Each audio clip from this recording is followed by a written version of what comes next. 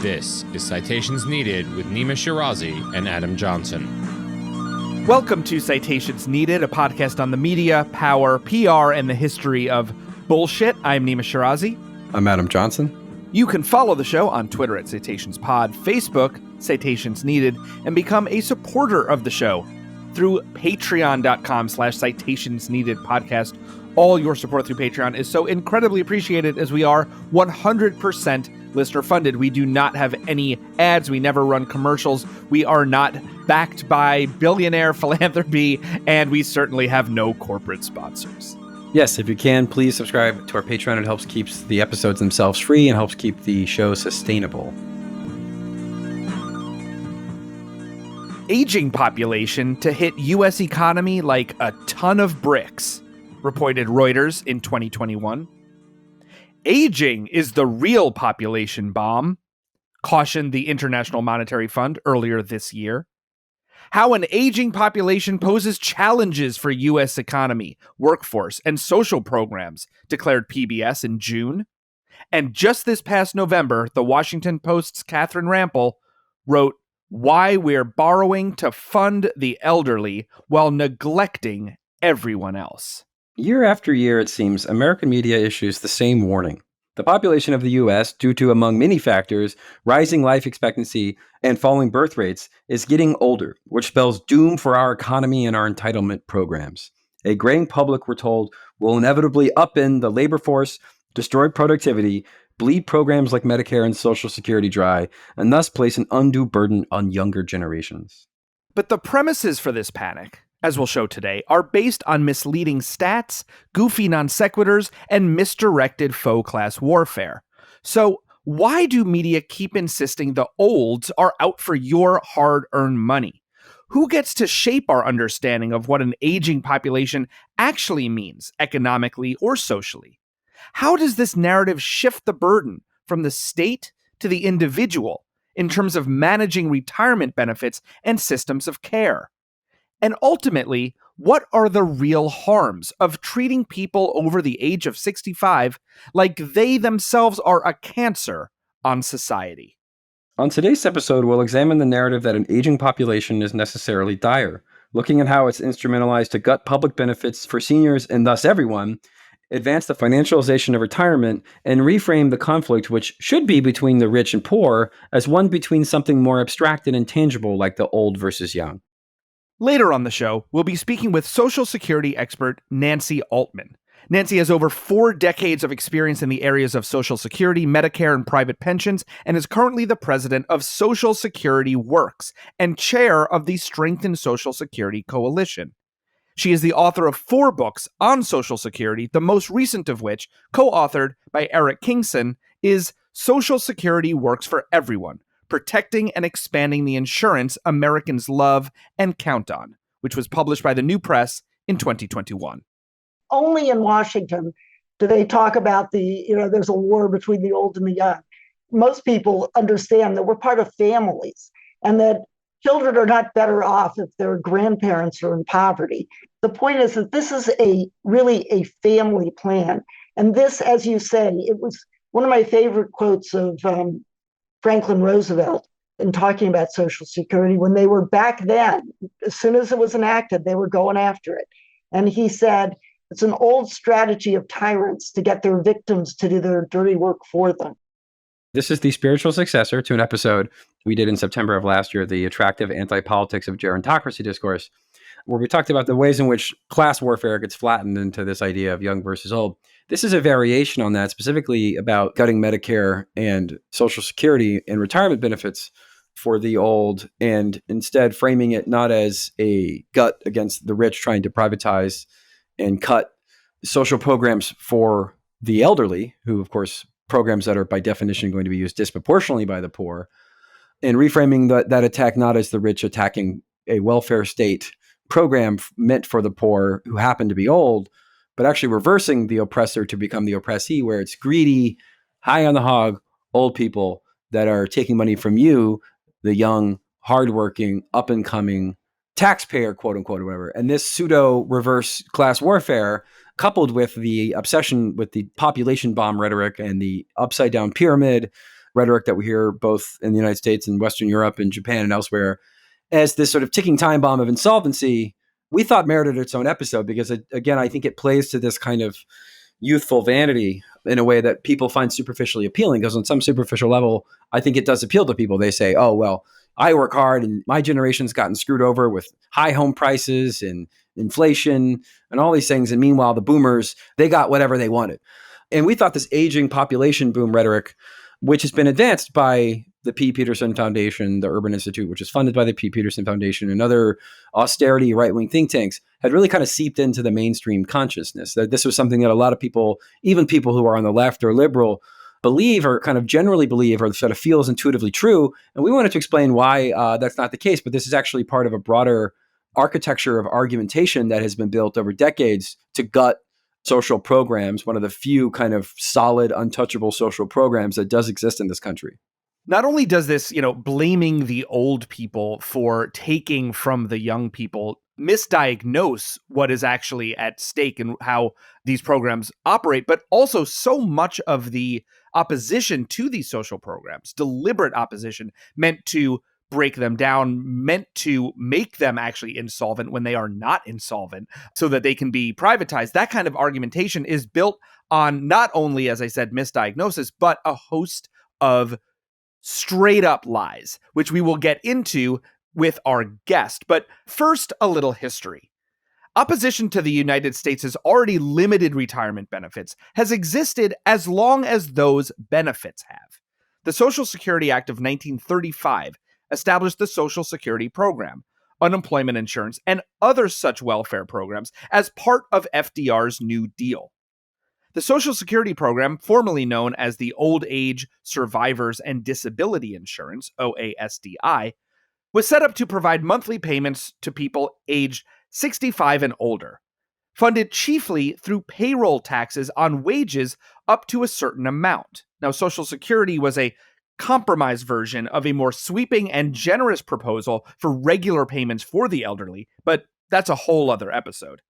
Now, it didn't take long for right-wing detractors to seek to dismantle Social Security as soon as it was implemented. Kansas governor and 1936 presidential candidate Alf Landon, for example, campaigned on this issue specifically. Landon's position was deeply unpopular. He lost nearly every state in the general election against Roosevelt. But that same year, 1936, the Republican Party adopted a slightly more savvy approach to trying to sell their efforts to privatize Social Security. As Alex Lawson, colleague of our guest Nancy Altman at Social Security Works, stated in a 2022 congressional testimony, quote, "Once Social Security was enacted, Republicans recognized that the support for the economic security that old people pensions brought was powerful and unstoppable. Therefore, the Republican Party chose not simply to oppose Social Security in the 1936 election, but to also offer an alternative. The alternative, included in the 1936 Republican platform, is the same one offered by opponents today. Cut benefits for those deemed to be higher income, i.e. the middle class, and instead provide simply subsistence-level benefits." End quote. Since then, the campaigns to weaken and privatize Social Security and other retirement benefits have continued and indeed expanded, with many taking the form of warnings about an aging population mooching off a younger population and skewing a putative economic balance between the two. Let's take a look at one example from 1954 in the Cincinnati Enquirer, reporting on a conference on the quote-unquote economic burden of a growing population of senior citizens who weren't working but instead living off the government dole. This is the headline from 1954 in the Cincinnati Enquirer, quote, "Retirement relations? It's challenging in an era of aging population." Alan W. Rucker of Cambridge, Massachusetts, pointed up the problems in a paper presented at the conference. Said Mr. Rucker, "By 1975, the 21 million people over 65 in the U.S. will be 5 times the number of such age in 1910. If they are all unproductive at that time, the economic burden on society in terms of current per capita income would be $50 billion a year. One of the challenges, therefore, is to make out increased leisure from longevity a productive or at least wisely financial process, unquote. The momentum continued. In 1983, the then 6-year-old Cato Institute, funded by the Koch brothers, among many other 90-year-old billionaire moguls. Cato Institute, the influential libertarian think tank, published a piece in its journal arguing for the gutting of retirement benefits. The piece was called, quote, Achieving a Leninist Strategy, unquote, in reference to chipping away at Social Security. Apparently, the authors consider themselves the vanguard of the Social Security privatization revolution. This strategy was essentially to pit young against old. Authors Stuart Butler and Peter Germantis sought to convince those on or close to being on Social Security that their benefits would remain untouched and to convince younger people that the program is running out of money. Here's an excerpt from that 1983 strategy. Quote, the political power of the elderly will only increase in the future. The proportion of the population over 65 will rise steadily from 11.3% today to 18.3% by 2030. So any proposal aimed at cutting benefits will face increasingly stiff opposition from the elderly, undermining the prospect for genuine reform. Any plan to change the system must therefore be neutral, or better still, clearly advocate to senior citizens. By accepting this principle, we succeed in neutralizing the most powerful element of the coalition that opposes structural reforms, unquote. That same year, in 1983, the Reagan administration cut Social Security benefits, raising the Social Security full retirement age from 65 in 2000 to 67 by the end of 2022, this past year, obviously. But as Connor Smith wrote earlier this year for the People's Policy Project, quote, what this actually meant, the raising of the age, was not that the age at which people could retire and start drawing Social Security benefits changed. That remained at 62. Instead, by raising what's called the full retirement age, or FRA, by 2 years, the law effectively cut benefit levels across the board, regardless of the age that any particular individual began claiming Social Security benefits. The result is that those retiring at 62 today face a 50% greater penalty for retiring before the change than they would have before 2000, end quote. Now, in 1994, the World Bank published its own report entitled, quote, Averting the Old Age Crisis, Policies to Protect the Old and Promote Growth, end quote. The report recommended a number of privatization measures affecting pensions and other retirement programs. The report received widespread, thoroughly uncritical attention in major media. Here is one example from Reuters in October of 1994. The headline read, World Bank urges change in retirement plans and taxes. And the article would say this, quote, the world today faces a looming old age crisis, said the World Bank's chief economist, Michael Bruno. Rising life expectancy and declining fertility, welcome indications that development is working, also mean that the proportion of old people in the general population is growing very fast, particularly in many developing countries. The book-length report, titled Averting the Old Age Crisis, said the challenge was to introduce reforms that were good for a country as a whole in the long run, even if this involved taking expected benefits away from some groups in the short run, end quote. The IMF itself made a similar argument a year later in a 1995 journal article seeking to privatize pension systems in post-Soviet Eastern and Central Europe, otherwise known as ECE. This privatization effort was, of course, euphemized as pension reform. Here is an excerpt from that journal article.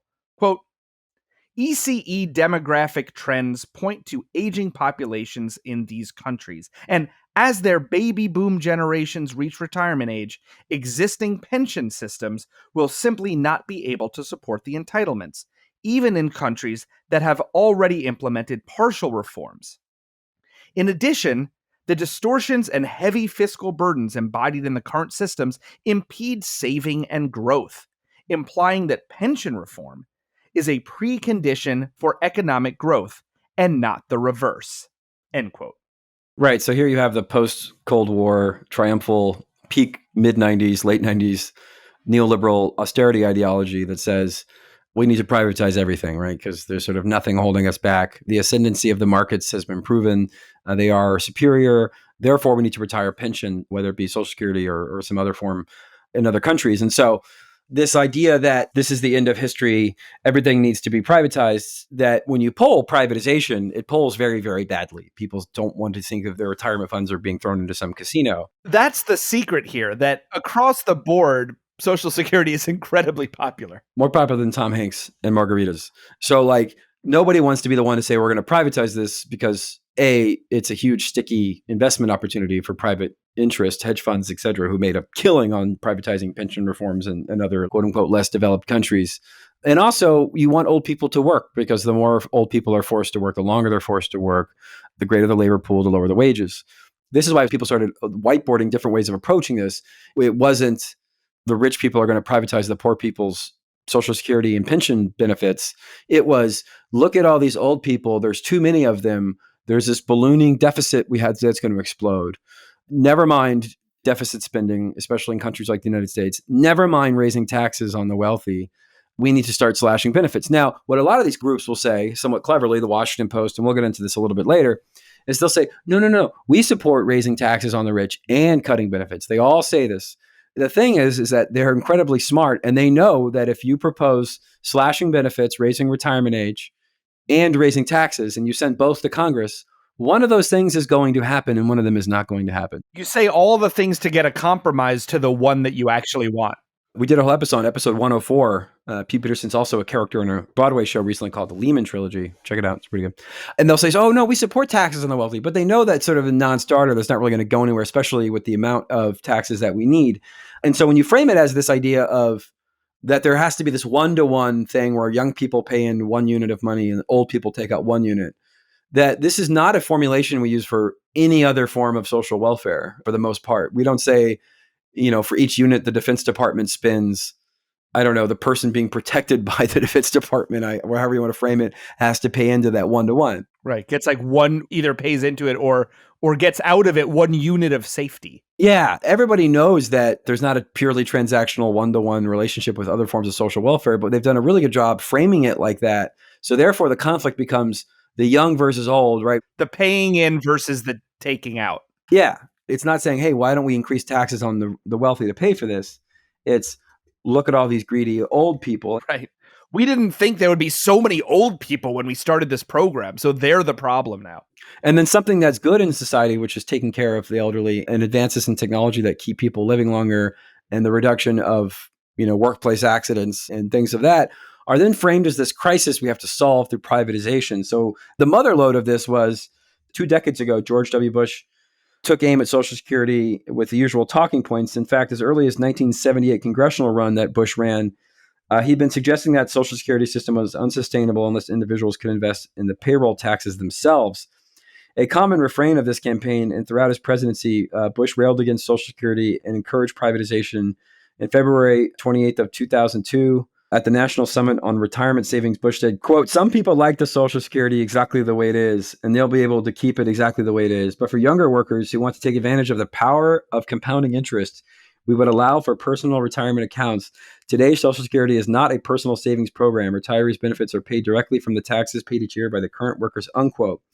He would return to that line again and again, the idea that Social Security is not a personal savings program. Karl Rove probably wrote that himself because Bush said it throughout his presidency. 2 years later, after the quote that you just read, Adam, in remarks in September of 2004, Bush leaned into how currently, then, old people will get their checks, right? But young people might not when their time comes to take out of the system. And he said this, quote, if you're a senior citizen, you don't have a thing to worry about when it comes to getting your check. Adding, quote, the Social Security Trust has got plenty of money to fulfill the promise for our seniors. And baby boomers like me, and a couple of others I see here, and then everyone laughed, we're in good shape when it comes to Social Security. So we need to worry about our younger kids and our grandkids when it comes to Social Security. There's not enough. The demographics have changed.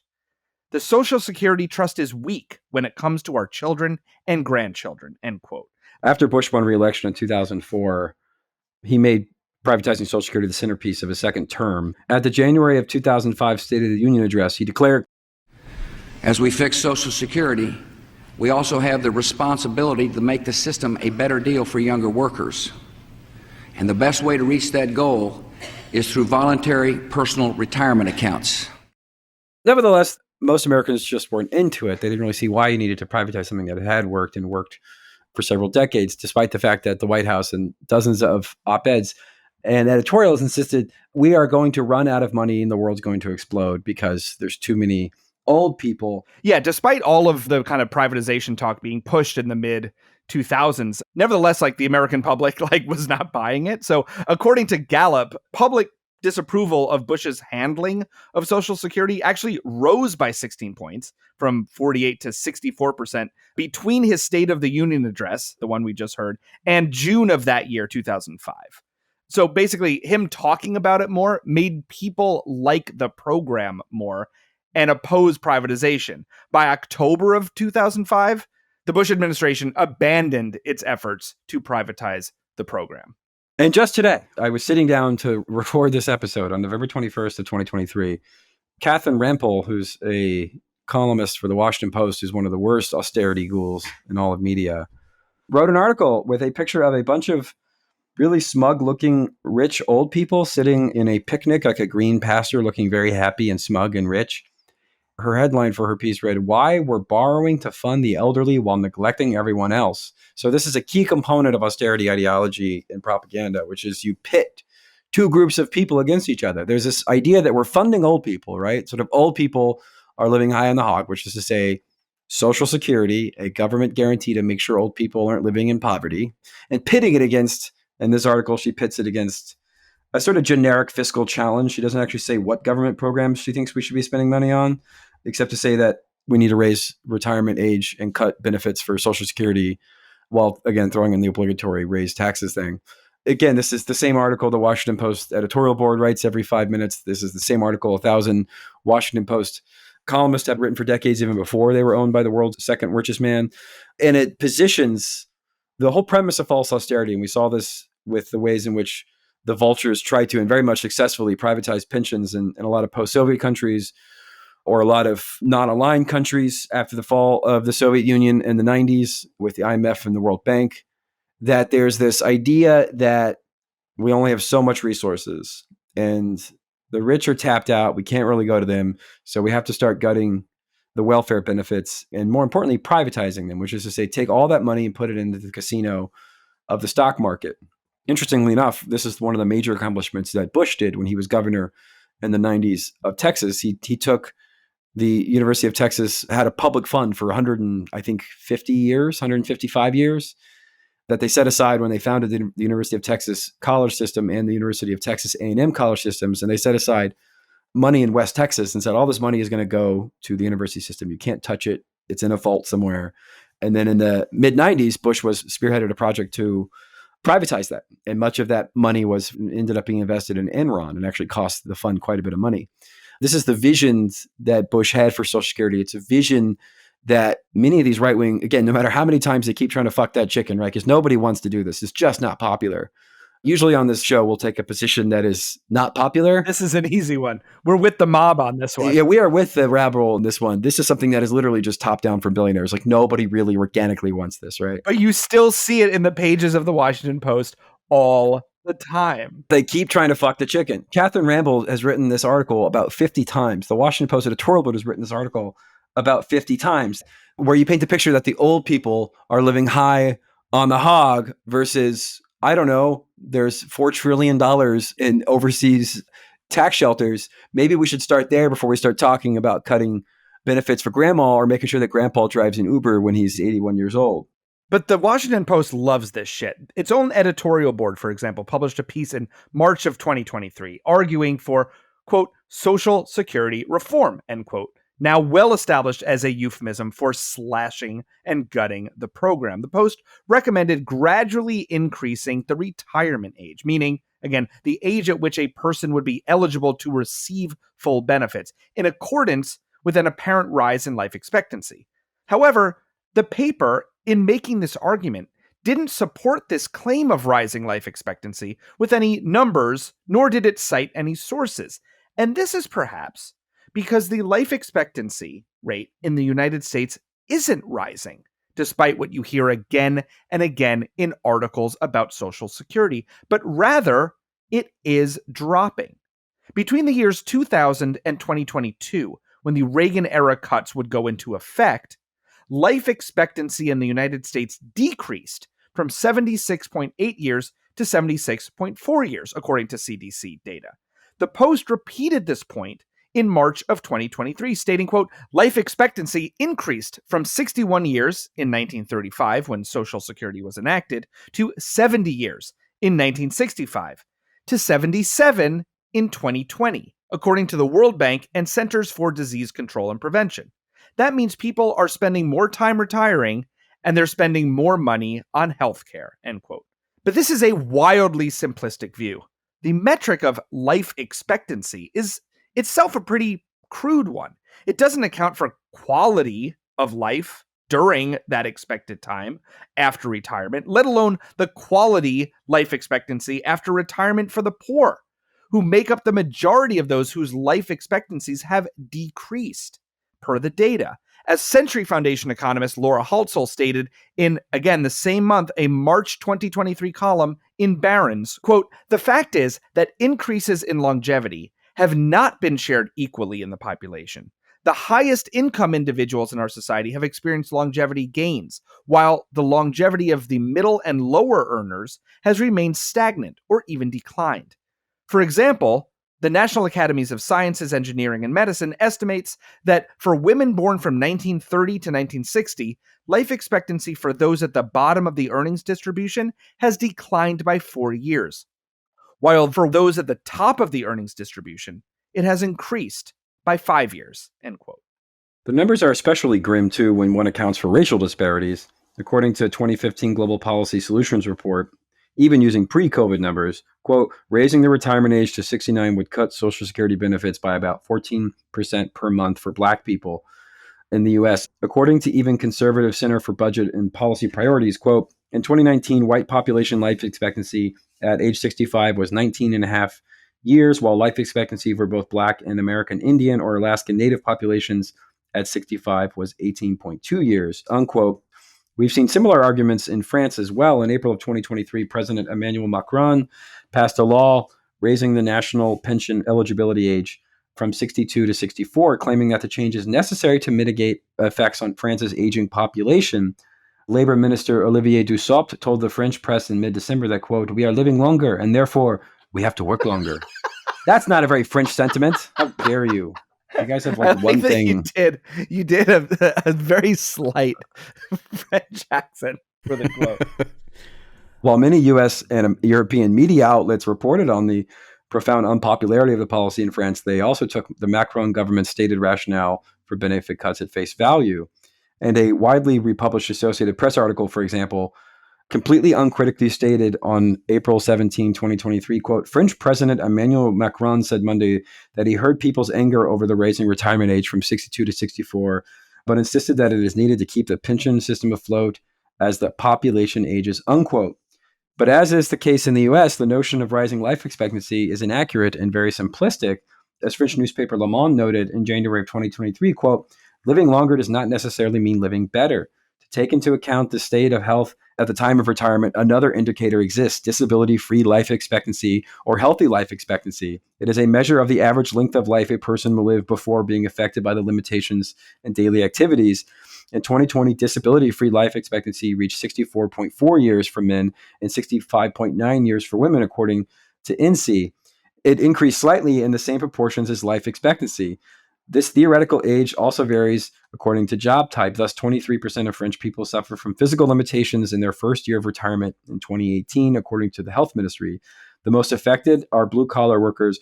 34% are constrained in their activities of daily living upon retirement. So again, it's not just about some abstract or catch-all life expectancy. It is about A, how long you live after retirement, B, the quality of life after retirement, and C, what's your class status? Poor people live less long. They're more likely to have work-related injuries because they're more likely to do hardworking, back-breaking labor.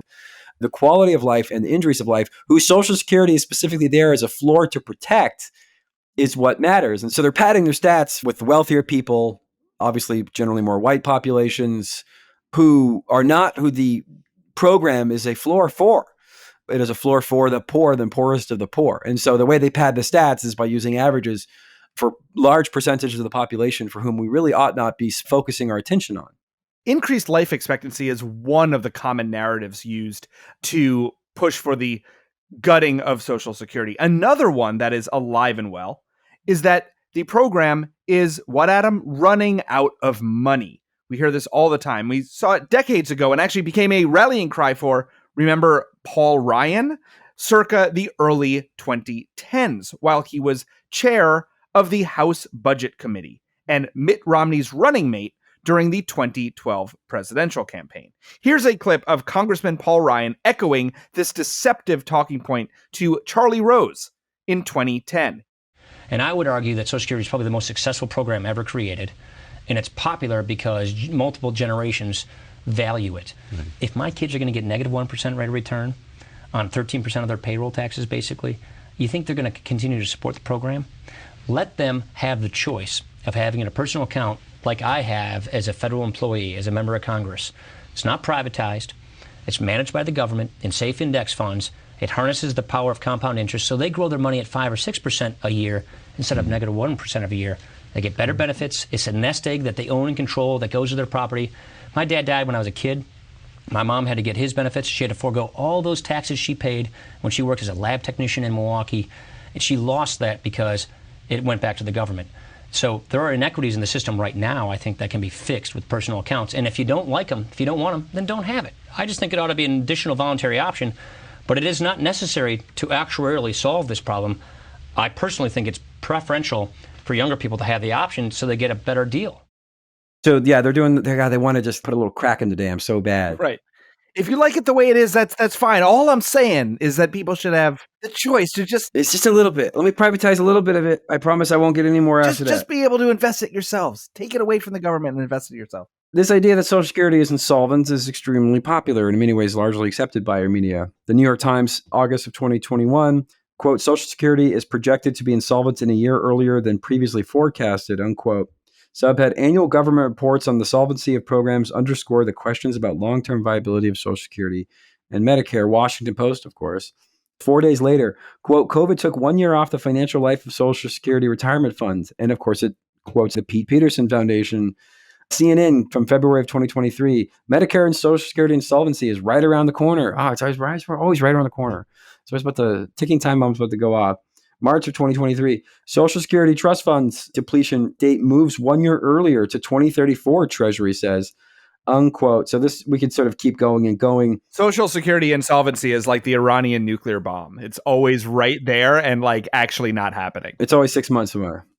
The message has worked. In a 2021 survey by Nationwide found that 71% of people between 26 and 41 years old and 78% of people between 42 and 57 years old are concerned about Social Security running out of funding in their lifetimes. But as many critics have pointed out, despite what media and policymakers have been insisting for decades, Social Security is not running out of money, and it really can't run out of money. That's the key. That's the key. Social Security is self-funded and does not draw from a general federal fund. What pays for it is in people's paychecks. We'll again quote Alex Lawson in his 2022 congressional testimony, quote, expanding, not cutting Social Security and restoring it to its long-range actuarial balance is a question of values. It is unquestionably affordable. Social Security's cost as a percentage of the GDP is close to a straight horizontal line for the next 3/4 of a century and beyond. According to most recent trustees' report, Social Security is calculated to cost just 5.87% of the GDP by 2100 at the end of the 21st century. This is a lower percentage of GDP than many other industrialized countries spend on their counterpart programs today, unquote. Additionally, one point that's often buried in these discussions is the fact that the wealthy are effectively exempt from paying into Social Security, and that many of the fears around insolvency could be allayed at the very least by demanding significantly greater payments from them. For the year 2023, the maximum taxable earnings subject to Social Security is $160,200. Much of the fear-mongering on Social Security running out of money ignores other options for taxation, namely that of the rich who currently pay basically nothing into it. To discuss these tropes and many more, we will now be joined by Nancy Altman. She has 4 decades of experience in the areas of Social Security, Medicare, and private pensions, and is currently the president of Social Security Works, and chair of the Strengthen Social Security Coalition.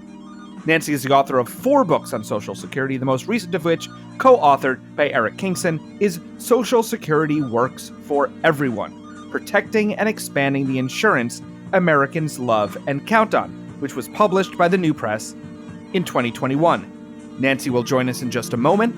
Stay with us.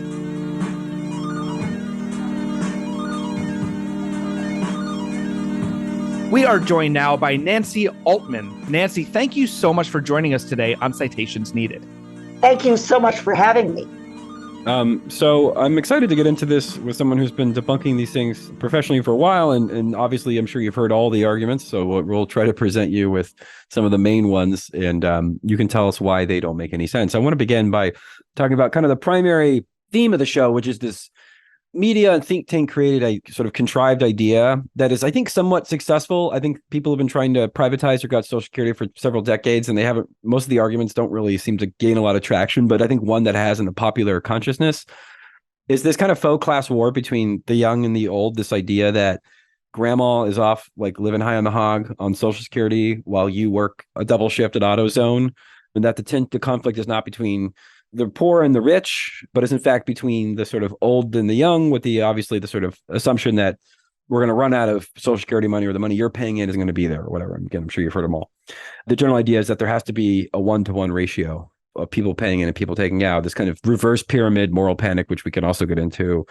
I want to sort of talk about this popular assumption, what you think is wrong with it, and how it kind of maybe misplaces the ire or the blame away from people paying more in taxes or even deficit spending versus, like, again, this assumption that there's these greedy old people just like, playing, shuffleboard and getting rich off your hard work.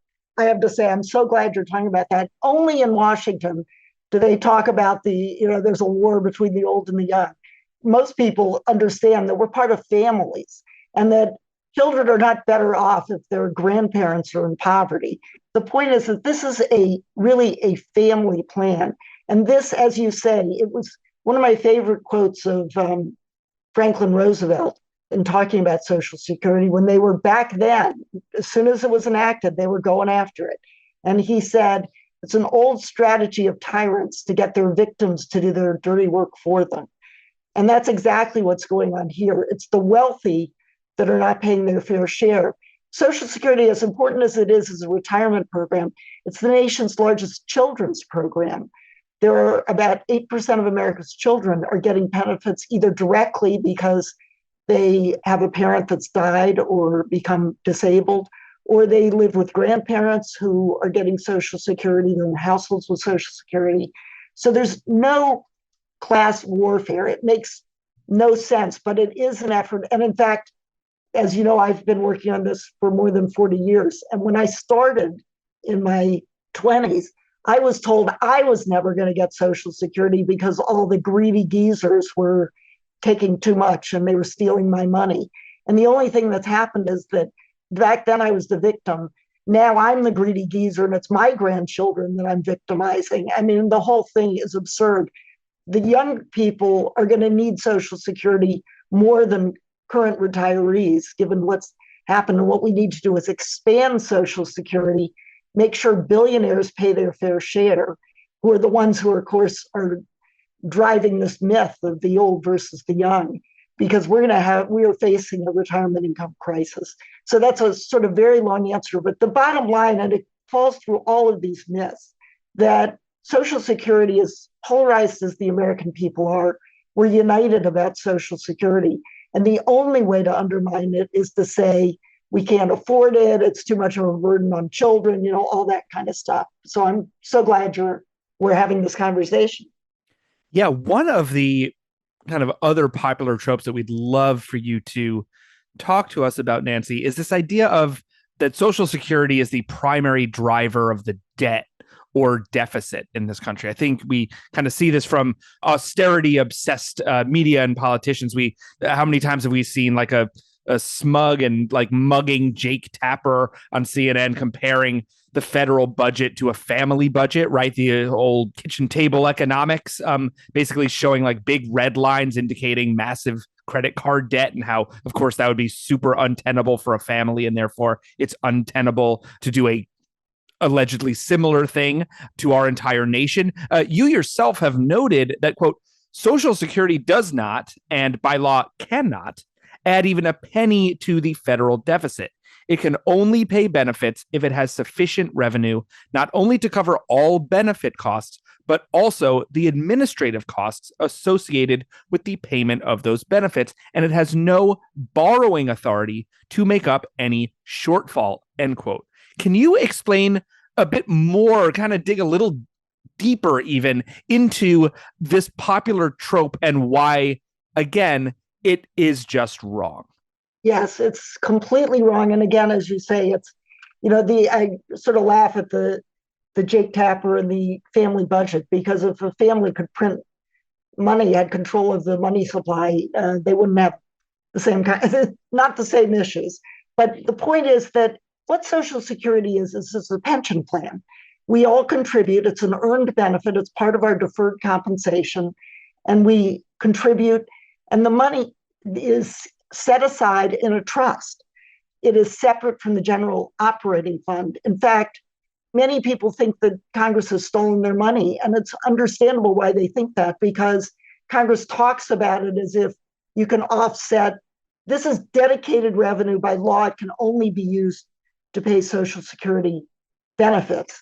If you had a private company that commingled its private pension plan with its general operating money, it would be violating the law. It would be violating the Employee Retirement Income Security Act.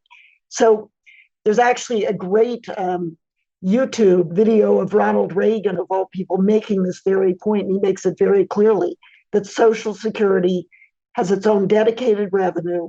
It is set aside in a trust. Where the confusion comes is that it currently has a $2.8 trillion surplus. Now, we're not used to thinking about the government, any government programs having a surplus, but again, because Social Security money is dedicated and segregated, it's accumulated that $2.8 trillion surplus and gets interest from it. Now, the money is invested. It's not just put under a mattress. It's, of course, invested. And it's invested since the beginning. Congress has insisted that it be invested in the safest investments on earth, which are treasury bonds backed by the full faith and credit of the government of the United States. So not Enron or WeWork. Right, no junk bonds. And that actually Social Security is a creditor. And of course, that's where the confusion comes, because it lends the money to the federal government. The federal government is obligated to pay it back. You can see it's all transparent online. You can see all of the treasury bonds, what their maturity dates are, what their par value is. It's very carefully monitored and segregated and so forth. And the money's always been paid back. If Congress ever didn't pay it back, that would be a default. We just went through the debt limit and everybody's going, oh, it's this, $33 trillion. Well, 2.8 trillion of that dollars are money that all of us, I sometimes tell audiences that they've heard of trust babies. Well, they're all trust babies too, because they are the beneficial interests of the Social Security trust funds. So that's $2.8 trillion. So let's talk, if you can, about this fear mongering about this, because this is a trope. I think that if I went up to someone randomly on the street and said, do you think Social Security is running out of money? I think most people would say yes. That's sort of a conventional wisdom. Again, we got the John Stossel, the Jake Tapper, economics 101 guys who are sort of right-leaning. They'll always say it's going to be running out of money. It's insolvent. Why is that wrong? Why is the reverse pyramid, as it were, a moral panic that exists in other countries as well? I know people are talking about in China, Japan. Why is that fundamentally off? From our perspective, a lot of it has to do with this idea that somehow you can't raise taxes on the rich. That's sort of not an option. Yeah. So here's the thing that is the irony. Social Security has from the beginning been extremely carefully managed and monitored. First of all, what Social Security is insurance. It is, as I say, it's a pension plan that provides joint and survivor retirement annuities, provides life insurance and disability insurance. And like any kind of insurance, there are about 40 actuaries who work at the Social Security Administration who are constantly projecting income and outgo. And most private pensions are projected maybe 20 years out. The OECD countries, I think 25 years, because again, it's supposed to provide not just benefits, but a sense of security. The trustees project out not 20 years, not 50 years, but 3/4 of a century, 75 years. It's only been around about 88 years, but it projects out 75 years. And whenever you project out that far, sometimes you're going to show unexpected surpluses, sometimes unexpected shortfalls. So Social Security is 100% funded for the next decade. It's about 90% funded for the next 25 years, about 88% for the next 50 years, about 83% funded after that. And the reason it projects out so far is to give Congress time. The reason Congress has not acted is because they've tried to take action which the American people across the board, whether you're a MAGA Republican or you're a member of the Socialist Party, you believe in Social Security, you do not, understand how important it is, and you do not want to see it cut. And these members of Congress want to go behind closed doors and cut it. And the billionaires that don't want to pay their fair share are the ones who have been pushing them to do that, because again, they don't want to pay their fair share. The shortfall is quite manageable. There are a number of bills in Congress, all introduced by Democrats, that require millionaires and billionaires to pay on all of their income just as most Americans do. And that allows not only enough to make sure that all benefits can be paid in full and on time through this century and beyond, but also can expand benefits, can increase the benefits which are extremely modest. And that's what the real fight is that's going on, that the Democrats are now really pushing to expand Social Security. The media is completely ignoring it and saying, oh, this isn't realistic because somehow you can't get 10 votes in the Senate. Well, if the American people knew what was going on, they would insist on it. So there is a shortfall that has to be addressed. It's nothing to be alarmed about. In fact, it should give people assurance that everything is being very carefully monitored. But to just give you one sense of how ridiculous this is, when Social Security was first started in 1935, and then it was expanded in 1939, and then we entered World War II, and there was supposed to be FICA rate increase. And Congress did not want to do it because we were in the middle of the war and there were a lot of people were paying more taxes and so forth. The Roosevelt administration wanted it, but Congress said no. But as a compromise, what Congress did was say, okay, well, if there's ever a point where the trust funds can't pay, the general fund will be a guarantor of last resort. General fund can be used.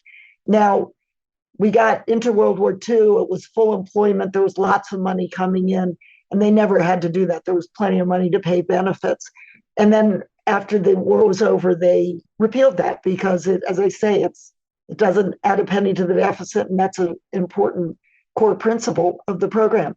But if Congress tomorrow said, okay, well, if they can't pay benefits, the general fund would pay, there'd be no issues. They'd stop being able to say Social Security is going bankrupt. That's how easy it would be to solve it. But the way to solve it is to enact one of these bills that requires the uber wealthy, millionaires and billionaires, to pay more. And we do that, we can expand everybody's benefits.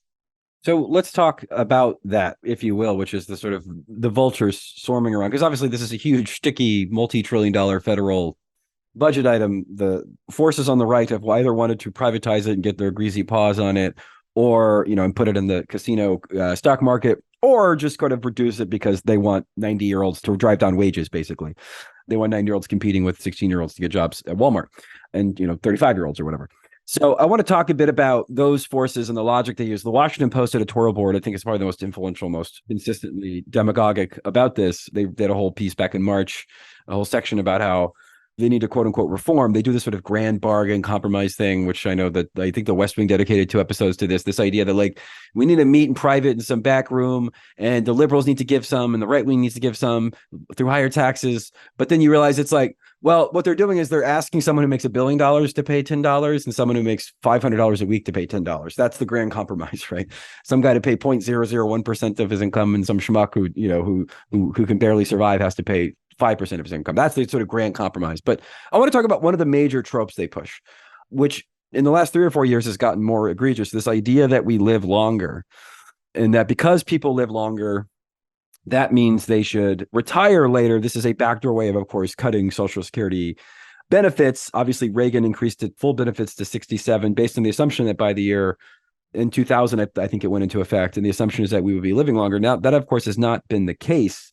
In fact, people are living less time than when in 1999, when it changes. Life expectancy is where it was 24 years ago in 1999. It's gone down 8 years in a row. And yet the Washington Post editorial board, when they wrote about this, as we discussed at the top of the show, said that life expectancy keeps increasing, which is not true. They're not even, and the Washington Post itself had a major report 2 months ago about how life expectancy has gone down. So I guess they don't read their own paper. Can we talk about this myth that life expectancy has gone up and therefore our retirement age should gone up? But secondly to that, even if you accept that premise that people should spend their golden years, like instead of writing their memoirs or learning how to sew or traveling, they should go get a job as an Uber driver, because I guess that's how we should spend all of our time until we fucking die.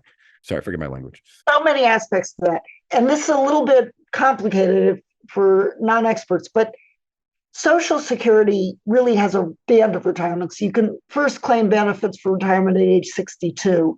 For every month you delay, you get a little bit more because you're getting it for a month less. They make an actuarial adjustment. So for every year that what they call the full retirement age goes up, that is indistinguishable from an across the board 6.5 or 7% cut in benefits. Even if you work till age 70, you're going to get 6.5% less if the retirement age is 68 rather than 67. And so the first point is that raising the retirement age is, as they say, it's a huge benefit cut, and benefits are too low. They are inadequate by virtually any measure, and about 1 out of 3 seniors rely on Social Security for virtually all their income. 2 out of 3 rely on it for most of their income. And as I say, with the disappearance of private pensions and with the huge amount of student debt, young people are going to be more dependent on Social Security, not less. So that's point number one, that raising the retirement age is a sort of cute way of not saying directly, okay, we're going to cut benefits across the board. But the other point is exactly the point you're making. We sometimes sort of snarkily talk about CEOs are living longer, so janitors have to work longer. I mean, it just makes no sense. If you're in a physically demanding job, you cannot work. Your body wears out. That's also one point I didn't mention, is that if you actually adjust for things like class, people are still not even living long. That it's actually most of the gains are being made by the rich, especially after a certain age. So sorry, go ahead. I just want to clarify that. Exactly. No, you're exactly right. And of course, you notice that those who make, I call it a solution in search of a problem, because what all of these tropes have in common is that the solution is cut benefits. And the idea is that those who are making these arguments, they say everybody's living longer. And the response is, well, all the things you said, including that lower income are definitely, their life expectancies are going down. Oh, well, for that reason, it's unfair and we should cut benefits. They shouldn't, they're paying in and not getting enough out, that kind of thing. So it's always, they never say, well, gee, what can we do? How about universal health care to make sure that people get the health care they need throughout their lives and can expand life expectancies, as opposed to saying, okay, people are living longer, cut benefits. People are not living longer, cut benefits. But the point is that, number one, we are only living a few years longer than we were in the 1940s. The numbers they throw around are how long people have living starting at birth. And of course, back in 1940, you had all kinds of infant mortality, very high infant mortality, children's diseases. if you went through your childhood and you reached your 20s, you generally made it to retirement. And if you look at retirement age at 65, there's not that much difference between then and now. It's a few years more, but we've increased the retirement age 2 years. And it's your point, really, we're going to make everybody, why not have child labor? I mean, we can do, it's ridiculous to say that people are living longer, so they should work longer. It also says nothing about the quality of their morbidity and so forth. Their whether they even could work longer. And there's age discrimination. There are all kinds of reasons. If people want to work longer, they should have the option and the choice to do it. But nobody should be forced to, any more than children should be forced to work, or that we should go back to 6-day, 12-hour work weeks. In your 2018 book, which was entitled The Truth About Social Security, the founder's words refute revisionist history, zombie lies, and common misunderstandings. And in that book, you mentioned many of these misleading tropes. And the one that I really want to touch on is this concept that each person has an individual reserve account that they pay into. So this is like a really popular understanding, I think, and, really fits in with the trope of mooching greedy old people burning through young people's money, as we've been talking about. Can you talk to us about this idea about the individual account and what people get wrong about that? Well, in fact, what we have is better than that, because you can outlive savings, but you cannot outlive Social Security. If you had an individual account and you lived to 110, you might exhaust it. But with Social Security, if you live to 110, you keep getting those benefits, because what it is it's not savings, it's insurance. And like all insurance, if the insured event occurs, you receive the benefit. And so our money is pooled. One of the things about Social Security, as I say, we are living, especially now, at a time of such divisiveness and such polarization. But that is not the case about Social Security.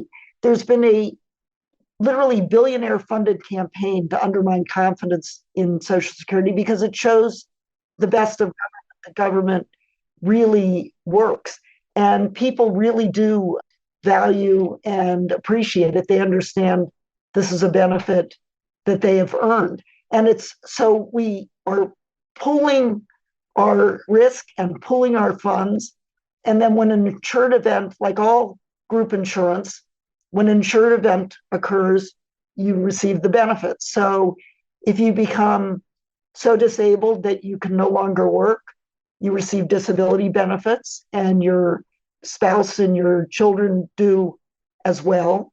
If you die prematurely, leaving young children, they receive life insurance benefits through Social Security. And if you're fortunate and live to old age, you receive Social Security. And as I say, if you live to 110, you'll still get that benefit. And a very important feature is that every year it's adjusted for inflation. The inflation adjustment isn't accurate, it's too low, but at least it's an adjustment that you get every single year.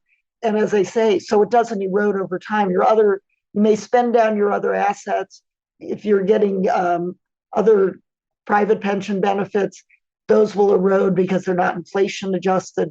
But Social Security is inflation adjusted and it lasts your life. So it's a pooled risk and pooled responsibility and pooled benefits. So we do not have individual accounts. We have what I say is better, because as I say, your individual benefit can be stolen, or you can invest it poorly and it can lose value. But here the risk is on the plan sponsor, which is the federal government. But if I can say one more sort of general point that underlie all these tropes, and that is that there has always been a small group that hated Social Security. President Dwight Eisenhower, a Republican president, called them a tiny splinter group. You can see it. He wrote in a letter to his brother, which is a private letter, but you can find it online. He called them a tiny splinter group. He said their number is negligent and they are stupid. But he said they were the oil men and all that kind of thing. They were extremely wealthy. So even though their number is small, they have enormous amount of influence and power. And so you've got Jeff Bezos at the Washington Post, and that well before Jeff Bezos, the Washington Post has had a vendetta. Yeah. No, this predates that for sure. And the mainstream media, they like to go to the cocktail parties with the elites, and the elites are telling them this is a terrible program, we got to get rid of it. The American people know better. And when you talk about a bipartisan solution, the bipartisan solution is to expand benefits and require the wealthy to pay their fair share. This is a heavily polled area. It's been polled since the 1930s. Everyone who runs for office polls for it. We poll it, AARP polls it, Heritage Foundation polls it, everybody polls it, and the polling comes out exactly the same, which is people do not want to see these benefits cut. They want to see them expanded. They know they're going to be more important than ever. One of my absolute favorite polls on this was done in March of 2016. So it was in the middle of the primary season, and with the Pew Foundation, and they asked people who they were going to vote for and then their position on a variety of issues. And at that point, it was on the Democratic side, it was Clinton and Sanders. And on the Republican side, it was Trump and Kasich and Cruz. And most of the answers were distributed, and they were not surprising where people came out. But on Social Security, all of the little dots, were all clustered around Bernie Sanders. That even Cruz supporters said he had come out for privatization. They wanted what Bernie Sanders is for, which is to expand benefits. Look, I don't know about you, but I see thousands and thousands of people marching in the street right now demanding Bull Simpson. They're saying, Bull Simpson, we want Bulls, we want the Cat Food Commission. The people demand it. It's funny when they brought in Alan Simpson, they did a documentary on Netflix. They had that like multi-million-dollar rollout. I'm sure it was Pete Peterson or one of his various zombie organizations. It was like kicking the can, and it was like they tried to have him do Gangnam Style, and it was not. It's hard to ascertain people wanting to privatize. That's a hard one. Like if you paid me like a couple million, I could try to come up with something, but it would be hard. It would be very hard. And again, it is something. I mean, it really shows Franklin Roosevelt's genius, because he really put together a program, and Francis Perkins and the others who worked with him really were experts on this and understood Americans, and that really put together a program that has stood the test of time and that works extremely well. And the billionaires know that. And what they've tried to do through the media is they can't say, in the early days, they'd say this is socialism, it's competing unfairly with private insurance and so forth, but they would lose election after election. So either all of those people disappeared in the 1970s, which I don't think happened, or they changed their tactic, which is exactly what happened. Now they say, in fact, President George W. Bush, who tried to privatize it, introduced his privatization by saying, we love Social Security, but we can't afford it. It's the idea that we are at the richest moment in our history. There's no question we can afford Social Security. It costs currently about 5% of gross domestic product. At the end of the 21st century, it'll be 6% of gross domestic product. That increase of 1%. In response to COVID, Congress spent something like 20% of GDP, when after 9/11, we spent several percentage points higher on military. And those were surprise. We were not prepared for it. We've been prepared for the aging of the population since the first baby boomers, and then the following baby bust came after. So this is not new. It's very easy.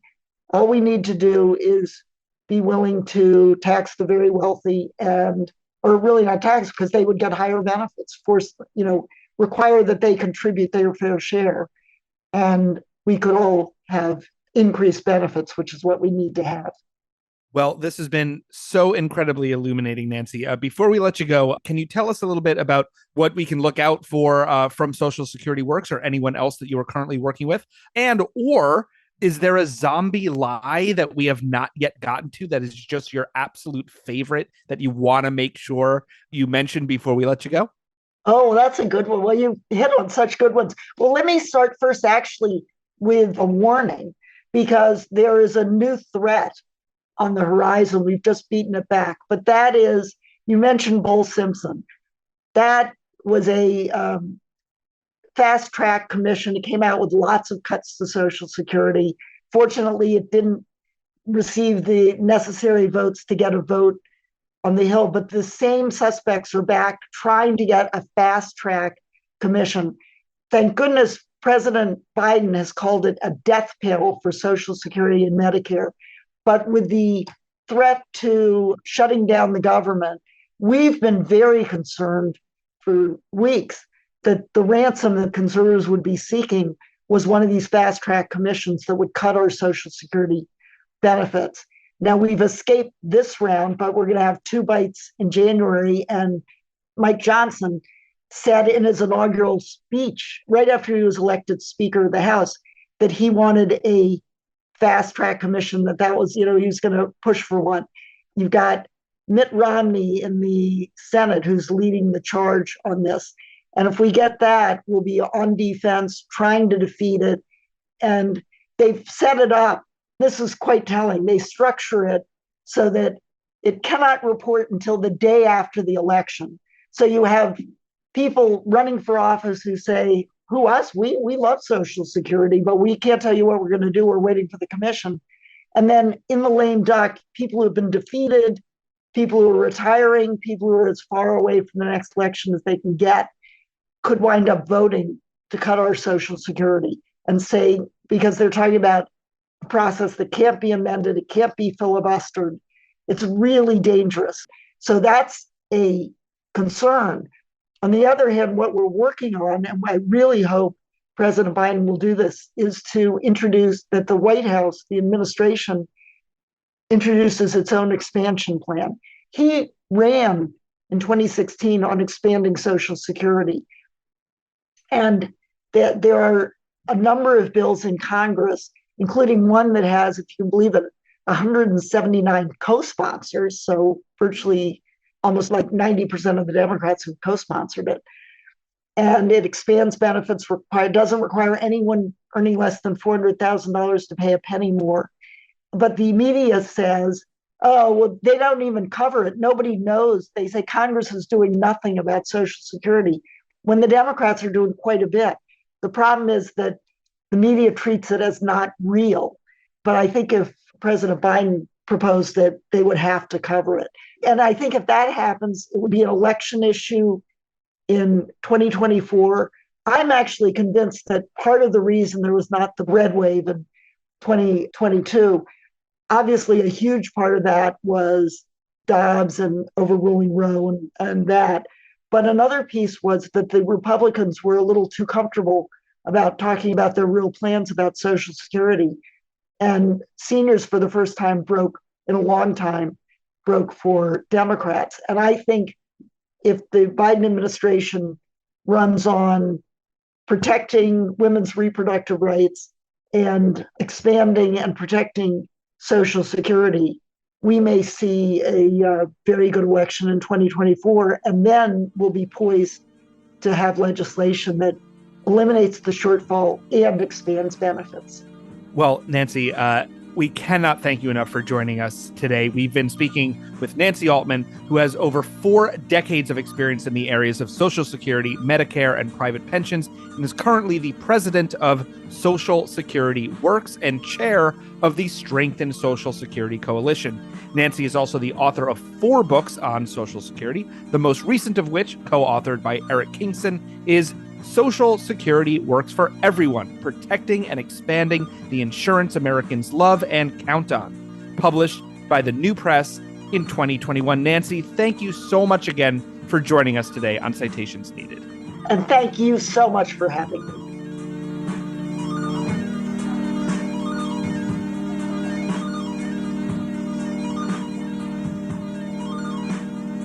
Yeah, I mean, I guess this is part of an informal trilogy we have where we kind of defend old people, which is a political and social function I never thought I would have. But anytime we're not talking about class war, maybe we're being doctrinaire leftist here, but like anytime we're talking about some other form of conflict that seems squishy and malleable and is being mimicked by the worst people on earth, there's a big red flag where you're like, okay, the old people are being greedy versus the young. And it's like, it just sounds like a Pepsi marketing ad where you're like, those old people are so lame. wouldn't it be great if you could take all your money and instead of giving it to those deadbeats, you put it in the market because you're smart. It's such a vanity play, right? Like, Yeah. you need to invest your money as you see fit. And it's like, no. Yeah, it's really important, I think, to pay attention to how we're being divided and conquered, right? And if it is in terms of like age or geographical demographic, like if it's anything other than like how much money people have, it might be a dodge. Yeah, exactly. And so the Social Security is one of those things where, due to some accident of history during the Great Depression and the rise of the specter of communist takeover, there were some pretty decent social programs that were put in. That everybody loves and relies on. Yeah, that everybody loves and relies on. Is just the worst human beings have just been trying to just nip, to get that first crack in the dam, because that's really all they feel like they need. Mm-hmm. And the only thing, they just keep running this line since I was a kid of like, oh no, there's a population bomb. It's about to explode. I guess we have to get rid of benefits. And it's like, okay, I guess maybe. But like, again, it doesn't even speak to the idea of, and this is what Alex Lawson said and our guest said, like, you should be talking about expanding benefits. You should be talking about expanding Medicare. We have the money. We can afford it. There is so much fucking wealth in this country and so many people concentrated in such a small number of hands. The idea that we don't have the money is a totally fake narrative made up, because the way you stack the ideological deck is you sort of assert this austerity dynamic where it's young versus old. We just don't have the revenue. It's insolvent. And it's like, yeah, but those are political decisions you made. It's fine for people now, but it's going to screw you young people and your kids and your grandkids. Yeah, those aren't laws of nature. That's not we have more than enough wealth to take care of old people so they don't have to be Walmart greeters or work as DoorDash drivers when they're 80 years old. Yeah, so as our guest laid out in full, and if you read her books, it's even more comprehensive, the notion that Social Security doesn't have enough money, that we as a society don't have enough money, or all these other kind of narratives and tropes that you see in our politics and press all the time about how we just have to gut these social welfare programs because we just can't afford them. Obviously, other things we can afford, no problem, no questions asked. But when it comes to making sure that like old people can eat and live, that is kind of up for the market to decide. So that will do it for this episode of Citations Needed. Thank you all for listening. Of course, you can follow the show on Twitter at CitationsPod, Facebook, Citations Needed, and become a supporter of the show through patreon.com/Citations Needed podcast. Make sure we don't become insolvent. All your support through Patreon is incredibly appreciated, as we are 100% listener funded. And as always, a very special shout out goes to our critic level supporters through Patreon. They include Jason Eason, Chris Sarah, Brad Hayward, Zach Cathcart, Lorenzo Mitchell, Dash X, James Michaela, Ben Lazard, Morgan Green Hopkins, Greg Westneat, Drew Johnson, Ed Zitron, Corporate Zombie, Max Belanger, David Bettner, Brennan O'Connor, Eric Joyner, Buzz Among Us, Stinky Pete, DL Singfield, Jam Geralt, Chris Vincent, Nigel Kirby, Scott Roth, Porter Schutz, Zachary Henson, Josh Durlam, Joe Wengert, Steely Dan Halen, Douglas, Danger Manley, Green New Neil, Trasdat, Brickshop Audio, Supple Old Man, David McMurray, MSP, William Rush, Garrett Geisler, Political Zombie, Extra Domum, Brendan O'Connor, Ultra Miraculous, Zappo, Sturm Wyvern, Darren Brady, Bart DeCourcy, Ra, Max Wilsey, Blake Bunell, Xenia Zadvornik, Brendan Hines, Zach Reitzel, Philip Moss, Rulo's Bar, Jameson Saltzman, A Very Throwable Brick, Bitcoin Wallet Inspector, Shockfist, Weedlord, AI Scare, Backups Care, and of course, Computer Scare. I am Nima Shirazi. I'm Adam Johnson. Our senior producer is Florence Burrow Adams. Producer is Julianne Tweeten. Production assistant is Trina Lightburn. Newsletter by Marco Cardolano. Transcriptions are by Mahnor Imran. The music is by Granddaddy. Thanks again, everyone. We'll catch you next time.